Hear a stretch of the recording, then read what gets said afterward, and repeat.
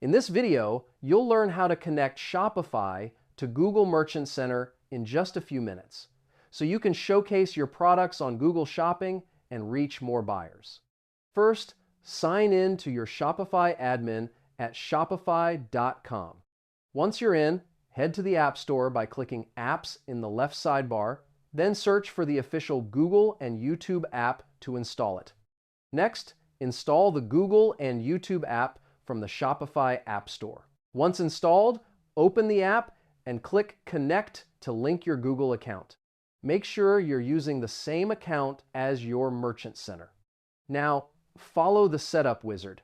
The app will ask you to choose your Google Merchant Center account, select your target country, and confirm your shipping and tax settings to ensure your products are eligible for Google Shopping. After that, sync your Shopify products. The app will automatically transfer your product catalog, including titles, images, prices, and descriptions, to Google Merchant Center, ready to be reviewed and approved for Google Shopping listings. Once your products are synced, monitor their status inside the app.